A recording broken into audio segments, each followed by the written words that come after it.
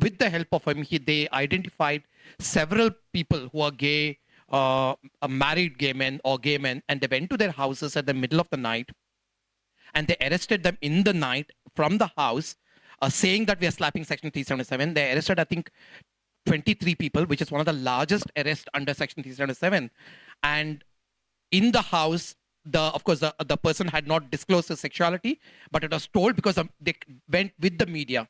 The police went with TV cameras to the houses. So everybody's sexuality was out in the open. The children of some of them were married, they had children.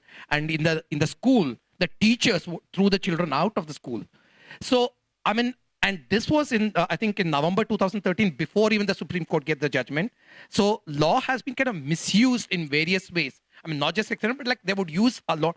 The only good thing was like they were granted bail, I think, within 3 days, which was, I think, fantastic compared to in 2001, the NAS, the raid on Barossa, which was 49 days, like 6 people were kept in the jail without water or even food or water, and they're actually made to drink drainage water for almost 49 days.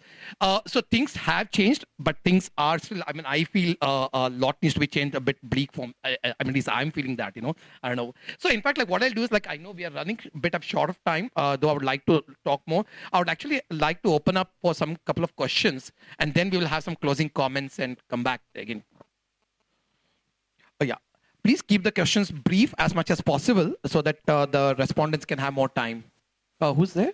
I introduced myself earlier, so I guess I don't have to do that. But I'd like to reintroduce myself to Mrs. Wadia. We had dinner together with Roy about a year ago. Fortunately for you, it wasn't at your house.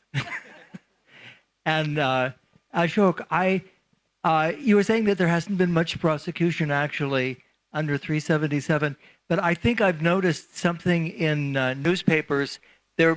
Since 377 came back into effect, they're using this term unnatural sex.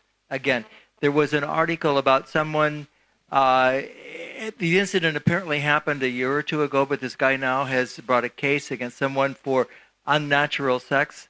The judge threw this case out or put the guy out on bail, partly because he didn't believe the accusation that the unnatural sex was done in front of the other fellow's wife. But they are beginning to use this term again, aren't they? It was never free of this unnatural label, except for the Delhi High Court judgment and the sensitization programs that were by, let's face it, 2009, there were hardly about 30 community-based organizations of gay men. Now there are more than 200. So we are all fighting back. No one's sitting quiet.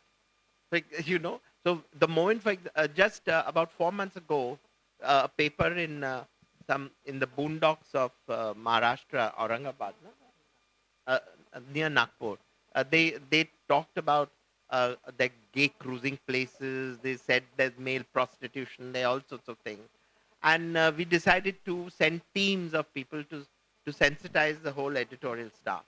We went and had a dharna there, that is a sit-in.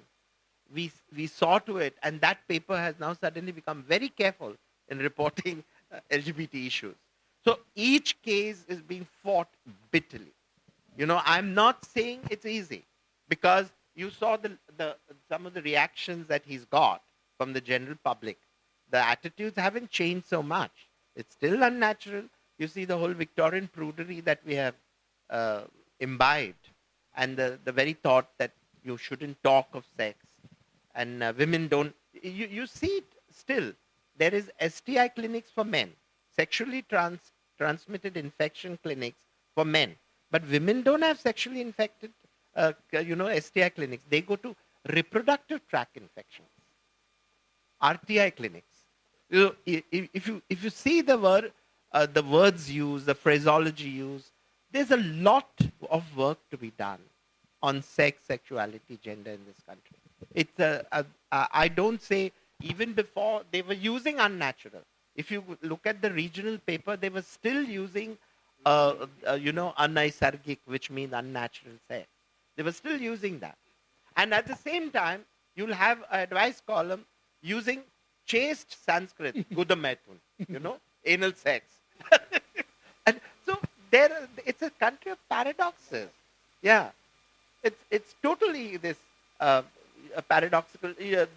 I still remember when I first started talking of oral and anal sex at the meeting of the Indian Medical Council meeting, where there were 800 doctors in KM Hospital. A senior doctor got up and said, "We don't have oral and anal sex in this country." Yes. This was in 1992. 92. Okay, not all that very far off. I know it's 20, 30 years before now. But, and I said, what are you talking about? Because they said they'd never seen anal cankers, they'd never seen anal warts, they'd never seen anal STIs. I said, what you don't look for, you don't see.